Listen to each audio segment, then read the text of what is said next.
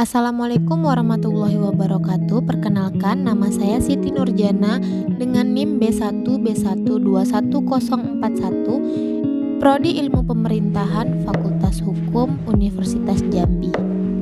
Di sini saya akan menjelaskan tentang konsep birokrasi klasik menurut para ahli.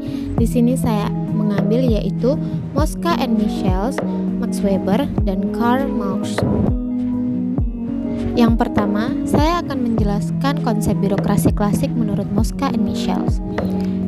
Menurut Mosca and Michels, birokrasi merupakan suatu kebutuhan suatu negara modern. Pejabat-pejabat pemerintah memiliki otoritas tertinggi terhadap kekuasaan yang dilihat bukan dari kekuasaan di negara era modern, melainkan sebagai suatu cirinya yang pasti.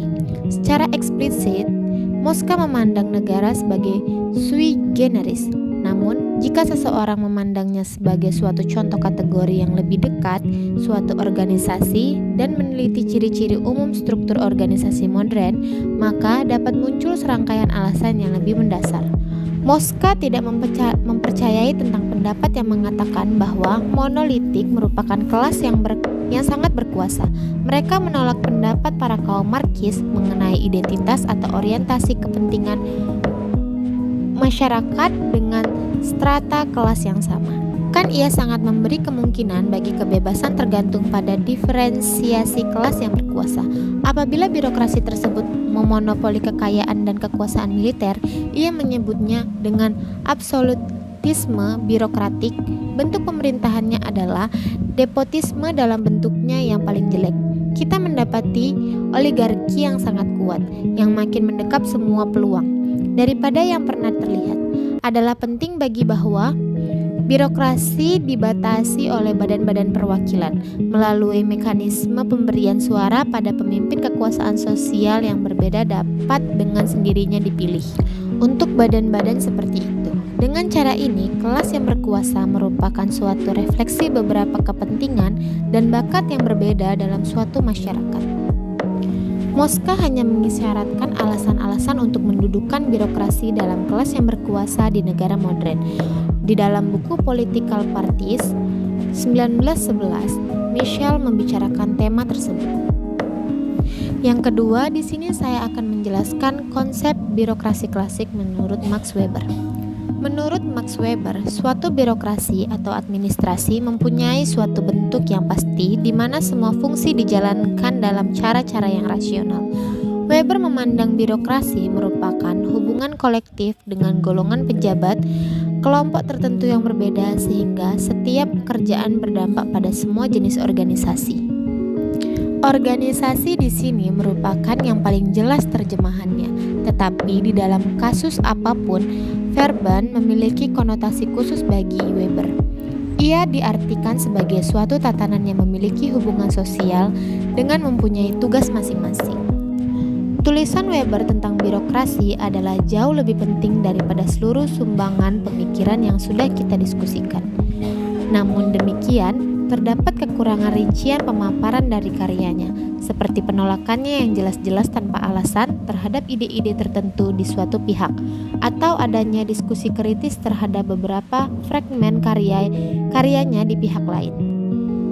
Tidaklah mengherankan, hal ini menimbulkan berbagai versi pandangan yang ditinggalkannya. Dua sumber penting tentang birokrasi terbit setelah ia meninggal, yaitu Wiskalf and Gesellschaft. Suatu eksposisi teori birokrasi Weber yang menekankan bahwa ia bertolak dari seperangkat besar konsep-konsep yang berhubungan. Konteks konsep yang lebih relevan bagi eksposisi seperti itu ditemukan dalam analisis Weber tentang organisasi. Weber menolak untuk menyebut birokrasi bagi mereka para pejabat terpilih atau seseorang yang diseleksi oleh sekumpulan orang. Ciri pokok pejabat birokrasi ialah bahwa ia adalah seorang yang. Dengan mengatakan ini, Weber telah hampir sampai pada definisi umumnya yang disinggung terhadap birokrasi. Ia menulis, tidak ada pelaksanaan otoritas yang benar-benar birokratis, yakni semata-mata melalui pejabat yang dibayar dan diangkat secara kontraktual. Yang ketiga, saya akan menjelaskan konsep birokrasi klasik menurut Karl Marx. Marx berpendapat birokrasi merupakan sebuah gejala yang secara terbatas bisa dipakai untuk mengamati dan menjelaskan hubungan birokrasi tersebut dengan pelaksanaan administrasi negara. Birokrasi pemerintah menjadi sarana yang bisa dipakai untuk menjadi penghubung antara kepentingan partikular atau khusus dari kelompok-kelompok kepentingan yang ada dengan kepentingan general yang bersifat umum yang merupakan kepentingan rakyat secara keseluruhan yang terwakili dalam bentuk kepentingan pemerintah. Oleh karena itu, birokrasi dalam pandangan Marx bukanlah merupakan kelas dalam masyarakat, melainkan suatu kelompok khusus yang sangat spesifik lengkap dengan kepentingan khususnya, walaupun keberadaannya berhubungan dengan pembagian masyarakat ke dalam kelas-kelas tertentu. Marx berpandangan bahwa birokrasi merupakan sebuah gejala yang secara terbatas bisa dipakai untuk mengamati dan menjelaskan hubungan birokrasi tersebut dengan pelaksanaan administrasi negara.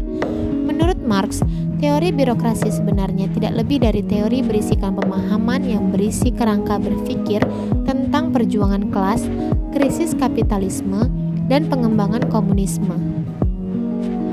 Marx berpendapat bahwa sebenarnya birokrasi itu tidaklah menunjukkan wajah asli dirinya sendiri.